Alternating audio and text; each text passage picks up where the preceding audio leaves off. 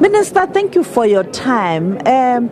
The issues of tariffs are quite an important one, and the relations with the U.S. in terms of how different departments were engaging the U.S. previously.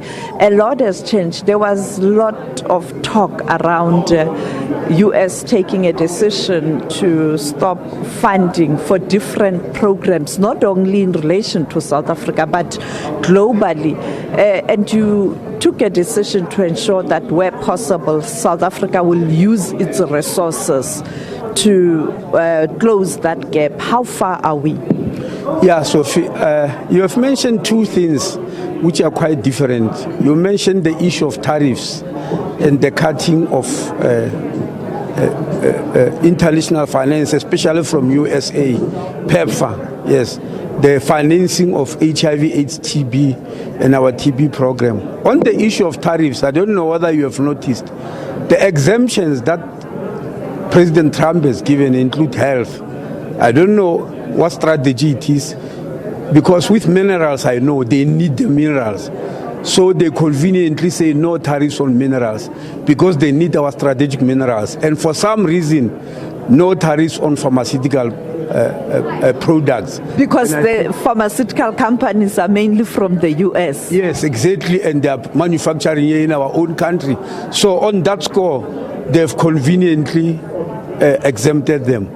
The problem we're having, as you know, is PEPFAR. But the small fortune about it is that the ARVs that we use, 90% of them, we buy them from our own money. There's no donor funding there. Only 10% is donor funding, and it's from Global Fund, all of it. That is our saving grace. When I say at least small fortune, it's our saving grace. That we can't run out of ARVs, we'll always have them. The problem that we are faced with are the people who were employed and the clinics that were being run by PEPFAR. We are just transferring those patients to our state clinics, all of them.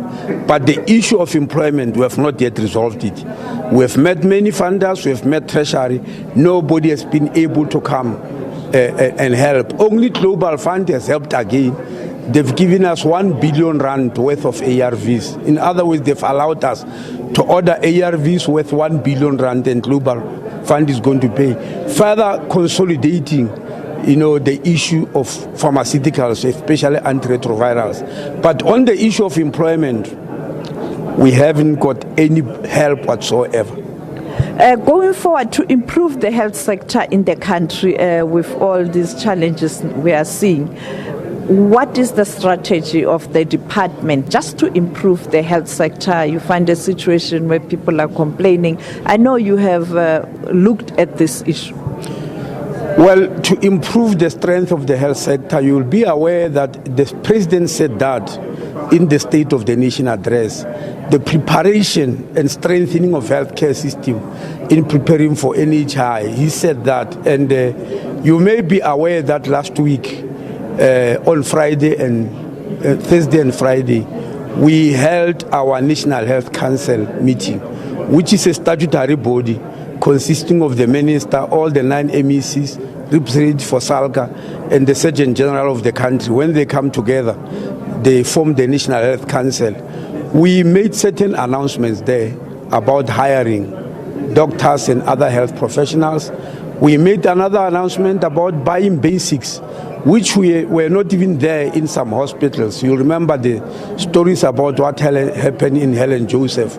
So we have ordered 1.4 billion rand worth, 1.3 billion rand rather, worth of commodities that are needed in health, just to make patients comfortable, like ICU beds, electric beds, mattresses for people who might be having strokes to avoid bed sores, bassinets for young children, and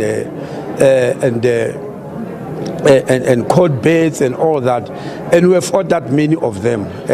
We have ordered 1.4 million articles that are worth 1.3 billion rand to try and make our hospitals hospitable. But apart from that, You are aware that the president always also mentioned the issue of infrastructure, new hospitals and clinics in strategic areas. Those I'm going to announce next month when I read my budget speech. How many? There will be many. There will be many. There will be at least 6 academic hospitals. As you know, we have got 10 academic hospitals at the present moment. We are going to replace 3 because they are totally. In fact, I can't say we replace them. There's never been built. It has always been temporary, but for many years, so we are going to build them. Then we are going to build 6 new ones where they never existed before. So academic hospital, which we call central, will actually be, there will be actually 6 new ones, even though 3 will be replacement, because at the moment we have got 10 in the country.